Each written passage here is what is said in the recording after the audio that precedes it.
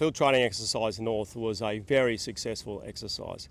We conducted day and night operations both at sea and land, enabled by aircraft operations in both of those environments. They were also very capably supported by Special Operations Forces and intelligence, surveillance and reconnaissance capabilities.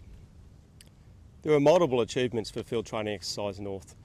We integrated joint fires from a number of different platforms, both in the air and from the ground.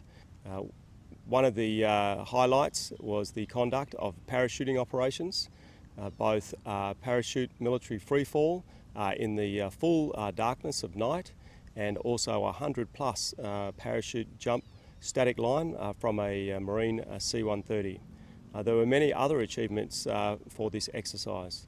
We conducted 120mm expeditionary field fire support system firings, which was the first of its type, a multiple movable around the battle space compact firing system that provides a major capability and a big punch to support the ground forces. We did training with unmanned aerial vehicles that are in the US Marine Corps inventory to provide tactical situational awareness for the military commanders on the field.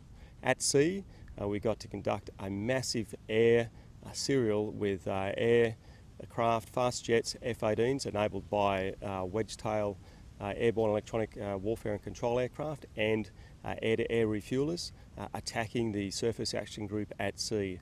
That enabled the controllers on board the ships to prepare for mass anti-air warfare scenarios, and also they were supported by aircraft combat air patrol and were able to fend off the aggressors. They also practiced procedures against an Aegis-equipped ship, which was the USS John S. McCain, to enable the Royal Australian Navy to have better understanding of the Aegis-equipped air warfare destroyers about to achieve their operational capability. Significant challenges that were faced for Field Training Exercise North mainly revolved around the natural environment. So both the weather and the conditions, and also the rather friendly fauna or wildlife found down, particularly in the Mount Bundy training area. Live firing is extremely important in that you can only simulate so much with our weapons simulation systems that we have at the moment. In order for all members of the team and the joint and integrated team to have confidence in each other's capabilities and in each other's weapon systems, and for the individuals to have confidence in their own weapon systems, there is no substitute for the conduct of live fire. The camaraderie is extremely high between our two nations. This culminates a whole bunch of training which has been done at a lower level.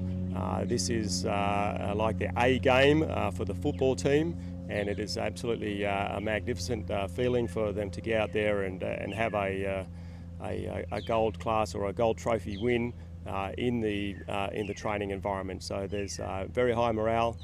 We've conducted this exercise very safely, but we've been able to push the limits to the top of our ability against a very capable adversary, and there's a very significant amount of achievement that each individual soldier and Marine and sailor has got out of this activity, and including the aircraft that support it as well.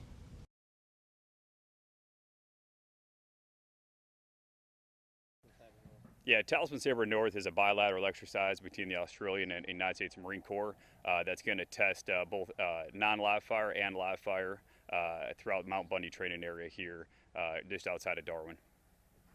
Talisman Saber North was extremely successful. The integration of the United States Marines and our counterparts here with the ADF in the Northern Territory, working alongside each other, working for each other's commands, not just doing the combat patrolling, but out there doing the live fire, calling for a fixed and rotor wing cast was extremely beneficial for both the ADF and the United States Marines.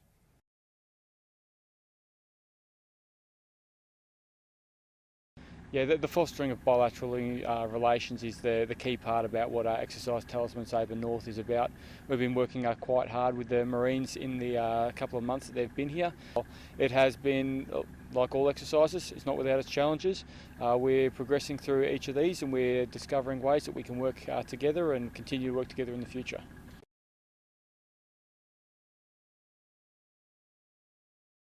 Being able to train with the Australians at the company level and have a platoon of U.S. Marines go train inside of a company on the Australian side, and they gave up an Australian platoon to come train with India company.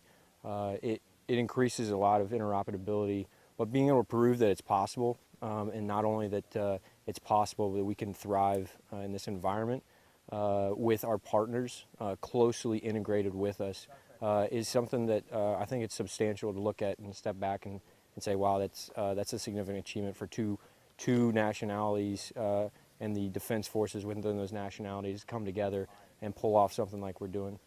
And then also, quite frankly, from a historical perspective, there's very few things we've done since World War I without the Australians by our side.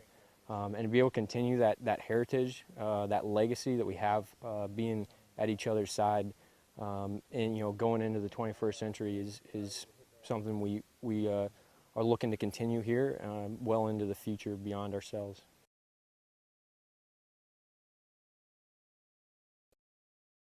Well, as part of Talisman Saber, 5RR Mortar Platoon, we've inserted as organic fire support for the battle group, and when required, we will be utilised. The interoperability between the Marines and us has been really good.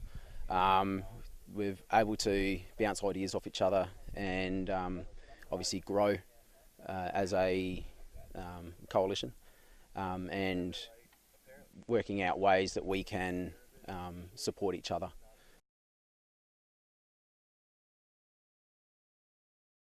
It's definitely a once-in-a-lifetime experience. Throughout my whole entire career, I've always wanted to come down here, work with the Australians, and having this opportunity has been a real eye-opener and it's been real exciting. I'm Flight Lieutenant Michael Bales, a pilot with 75 Squadron in the Northern Territory. Working with the US military is obviously a fantastic opportunity. They're obviously a very professional organisation. Interoperability, integration, coalition warfighting is obviously the way of the future, and so it's always a wonderful opportunity when we get to practice these with our American counterparts. And then just working with Aussie forces all around has been it's been awesome. It's been great.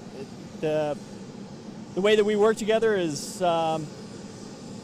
it just works. I mean, the language is there, and there is some difficulties with the acronyms and language stuff, but for the most part, it's been very smooth. Planning cycles have gone very well, and the ops have gone very well.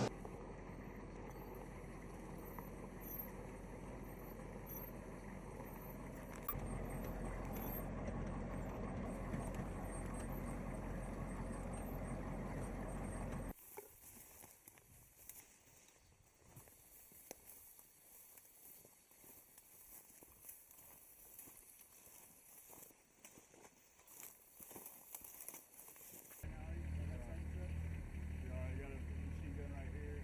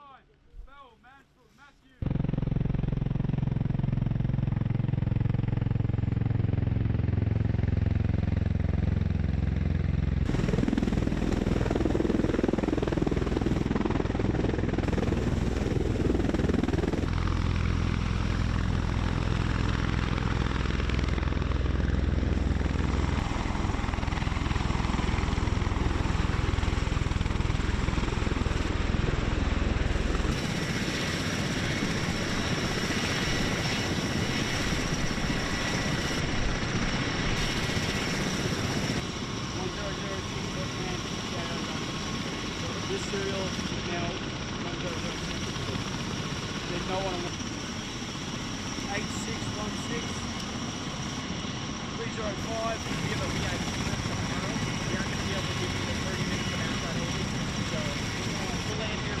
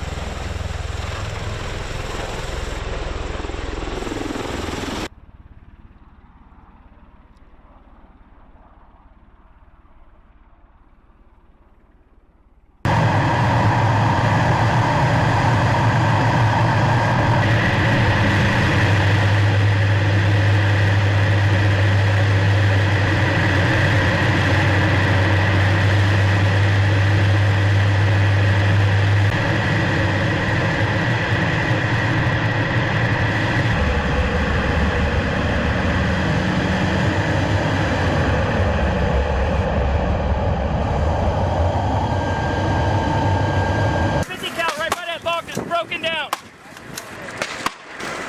Yeah, they're moving back. Hey, they're falling back. We're going to get up there, Van, go. Move. As soon as you can, get that gun going. Oh, hurry up, in line.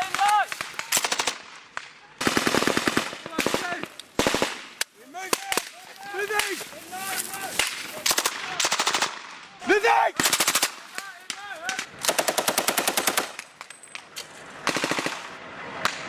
Hey, we need to keep. Let's go. Bound up.